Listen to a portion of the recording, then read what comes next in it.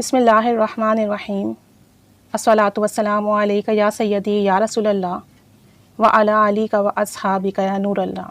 اللہم صلی علی محمد کما تحب و ترضی عنہ۔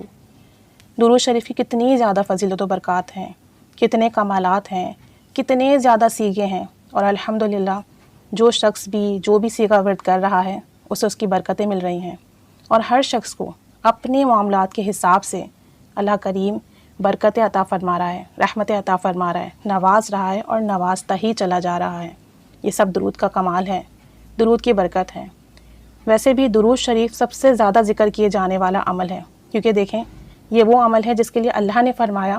کہ میں اور میرے فرشتے درود و سلام بھیجتے ہیں۔ تو جب اللہ اور اس کے فرشتے درود و سلام بھیج رہے ہوں، اور پھر نہ جانے کتنی مخلوقات ہیں اس دنیا میں، وہ سب بھی نبی رحمت پر درود و سلام پڑھ رہی ہوں، اور پھر امت بھی پڑھ رہی ہے، تو سوچیں کہ ایک عمل درود شریف جس سے اللہ، اس کے فرشتے، اس کی نوری مخلوقات، اس کی دوسری مخلوقات، اور پھر آپ صلی اللہ علیہ وآلہ وسلم کی امت سب کر رہے ہوں، تو یقیناً یہ وہ عمل ہے جو سب سے زیادہ ذکر کیا جانے والا ہے۔ دوسری اہم بات یہ کہ درود پاک ہر حال میں قبول ہے۔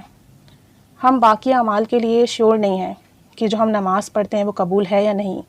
جو حج کرتے ہیں، زکوٰۃ دیتے ہیں، صدقات کرتے ہیں، یا اس کے علاوہ بھی جو بھی ہم فرض اعمال کر رہے ہوں، نفلی اعمال کر رہے ہوں،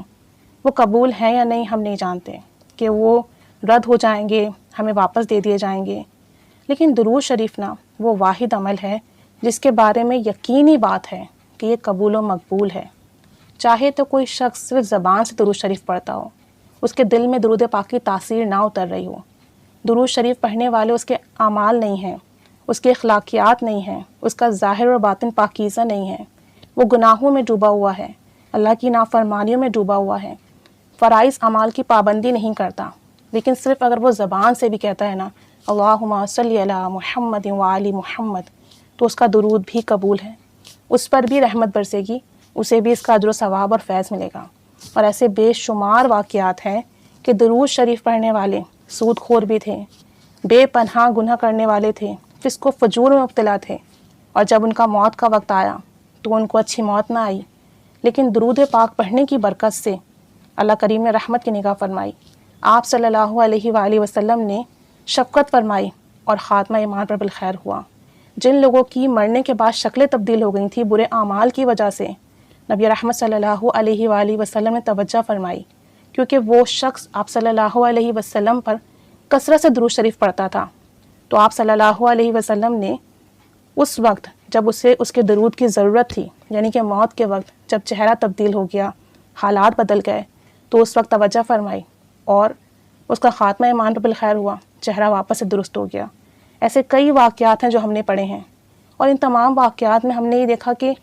پڑھنے والا بہت گنہگار تھا، نافرمان تھا، فسق و فجور میں مبتلا تھا، لیکن اللہ کریم نے درود پاک پڑھنے کی برکت سے اس کی لاج رکھ لی۔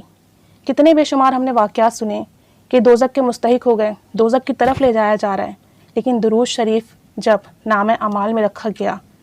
تو اعمال کا وزن، نیک اعمال کا وزن زیادہ ہو گیا، اور پڑھنے والے کو بخش دیا گیا اور جنت میں لے جایا گیا۔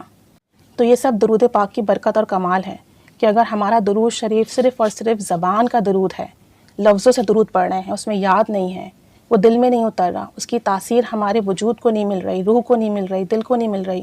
برے اعمال نہیں چھوٹ رہے، پھر بھی درود شریف ہر حال میں قبول و مقبول ہے، اور اس کے بے شمار واقعات ہم نے دیکھے ہیں۔ درود پاک ہر حال میں قبول کیوں ہیں؟ اس کی ایک بہت پیاری وجہ ہے، ایک بہت گہرا راز ہے، کیونکہ جو بھی ہم عبادات کرتے ہیں نا وہ ہم کر رہے ہوتے ہیں بیسیکلی۔ نماز ہم نے پڑھی، اپنے مطابق پڑھی، غفلت کے ساتھ پڑھی، تو ہو سکتا ہے وہ رد ہو جائے۔ حج ہم نے کیا، اپنے اعتبار کے مطابق کیا، ہو سکتا ہے اس میں کمیاں ہو، ریاکاری آ جائے، وہ رد ہو جائے۔ زکوٰۃ ہم نے دی، ہو سکتا ہے ہماری نیت اچھی نہ ہو، رد ہو جائے۔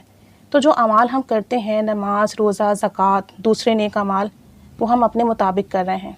اور اس میں غلطی، کمی، کوتاہی ہو سکتی ہے، تو ان کے رد ہونے کے چانسز ہیں۔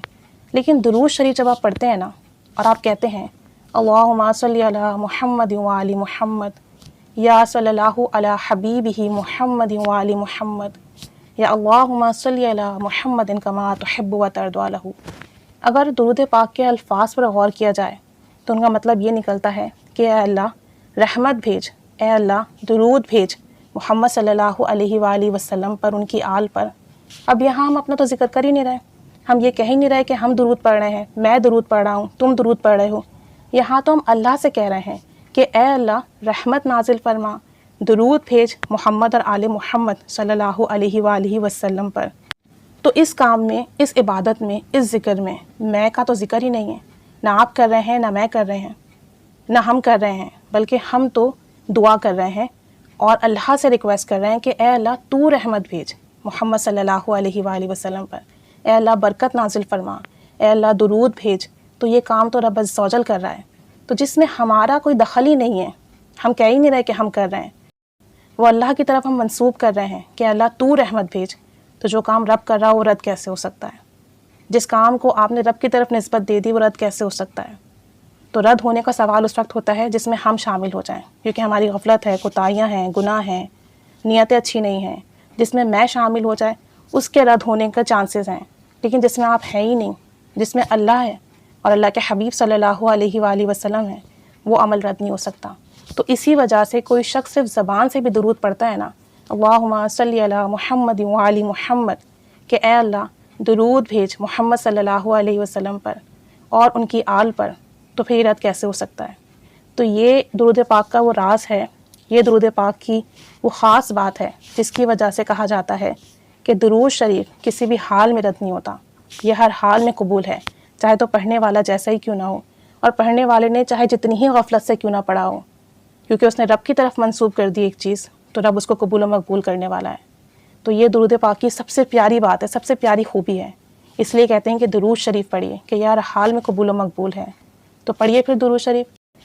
اللہم صلی علی محمد وعلی محمد صلی اللہ علیہ وآلہ وسلم۔ کثرت سے درود شریف پڑھیے، محبت سے پڑھیے، توجہ سے پڑھیے، کوشش کریں کہ ہمارا درود صرف زبان کا درود نہ ہو بلکہ دل کا بھی ہو، محبت کا بھی ہو، ادب کا بھی ہو۔ اللہ کریم ہمارے درود پاک کو یاد سے منسلک کر دیں کہ ہم جب درود شریف پڑھیں تو نبی کریم صلی اللہ علیہ وآلہ وسلم کی یاد ہو ذہن میں، ان کا تصور ہو،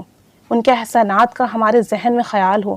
کہ انہوں نے کتنے ہم پر احسانات کیے ہیں، پوری امت پر، پوری انسانیت پر ان کے احسانات ہیں، اور اس توجہ، دھیان اور سوچ کے ساتھ درود شریف پڑھنے کی توفیق مل جائے۔ بس درود پاک پڑھیے کہ ہر حال میں قبول ہے، کہ دنیا میں بھی، آخرت میں بھی، موت کے وقت بھی، پولیس رات پر بھی، ہر جگہ آپ کو نفع ہی نفع دے گا انشاءاللہ تعالی۔ اللہ کریم ہمیں خوب درود شریف پڑھنے والا، درود شریف کی دعوت دینے والا، درود پاک پھیلانے والا بنائے۔ آمین بجاہ النبی آمین صلی اللہ علی محمد صلی اللہ علیہ وآلہ وسلم۔ اللہم صلی علی محمد کما تحب و ترضی عنہ۔